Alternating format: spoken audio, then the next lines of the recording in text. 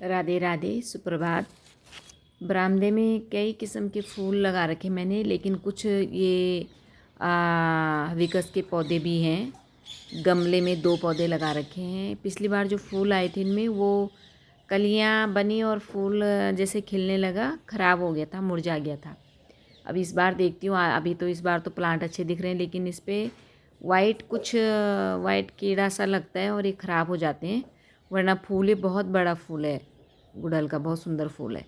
लेकिन पता नहीं अब इस बार भी फूल आएंगे कि नहीं आएंगे।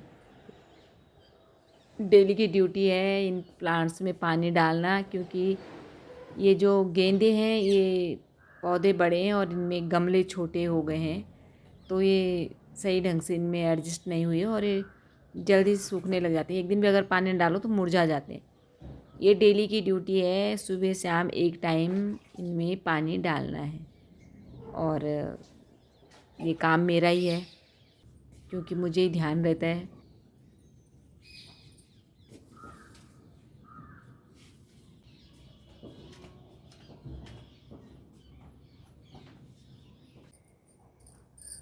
तो आज है कार्तिक महीने की पूर्णमासी, और कार्तिक महीने की पूर्णमासी शास्त्रों के हिसाब से बहुत ही शुभ मानी गई है। आज गंगा स्नान का बहुत बड़ा महत्व होता है और दान पुण्य की भी बहुत बड़ी तिथि ये मानी गई है। इसको देव दिवाली भी कहते हैं हमारी दिवाली के 15 दिन बाद देवताओं ने दिवाली मनाई थी, और आज देव दिवाली है। और मेरा भी व्रत है, इसलिए आज मेरी चाय चेंज हो गई। आज मेरी चाय है दूध वाली और कप की जगह है गिलास स्टील का, क्योंकि एक ही चाय पीती हूँ इस समय, तो वो ज़रा क्वांटिटी में ज़्यादा होती है। तो चाय एनर्जी का काम करते व्रत के दिन। तो इसकी कार्तिक महीने की पूर्णमासी की एक कथा है कि ताड़कासुर जो राक्षस था, उसने जब बहुत ज़्यादा आतंक मचाया तो सभी देवता शिवजी भगवान जी के शरण में गए और उनसे प्रार्थना करी कि ताड़कासुर से हमें मुक्ति दिलाओ। तो भगवान कार्तिकेय जो शिवजी भगवान जी के पुत्र थे, उन्होंने ताड़कासुर का वध कर दिया। ताड़कासुर के 3 पुत्र थे, जिन्हें ये सुन के बहुत बड़ा दुख हुआ कि उनके पिता मारे गए हैं। तो उन्होंने देवताओं से बदला लेने की सोची और उन्होंने ब्रह्मा जी की तपस्या करी। बहुत लंबे टाइम तक तपस्या करी। ब्रह्मा जी प्रसन्न हुए। ब्रह्मा जी ने बोला कि वर मांगो। तो उन तीनों ने बोला कि हमें अमर कर दो। तो ब्रह्मा जी ने बोला कि कुछ और दूसरा वर मांगो, क्योंकि अमरत्व का वरदान तो किसी को भी नहीं मिल सकता है। तो उन्होंने बोला कि ठीक है, अगर आप हमें अमर नहीं कर सकते तो हमारे लिए 3 नगरों की व्यवस्था करो, जो सोना चांदी और लोहे के बने हुए हों, और हम वो जो मतलब नगर हों ऐसे हों कि वो घूमते हों, ताकि हम उन पे बैठे बैठे ही भ्रमण कर सकें। वर्मा जी ने बोला तथास्तु।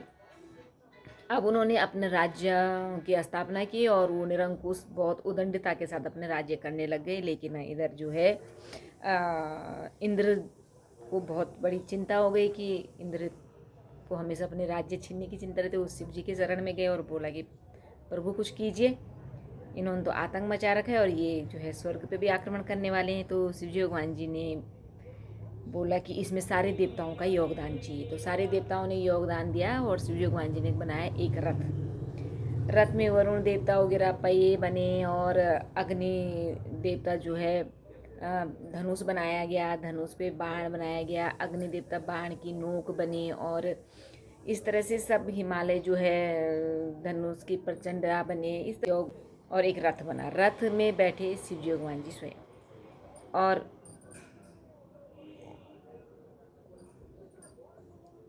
युद्ध हुआ फिर उन तीनों राक्षसों के साथ। और घूमते घूमते अचानक ऐसा संयोग बना कि वो तीनों जो नगर थे वो एक सीध पे आ गए।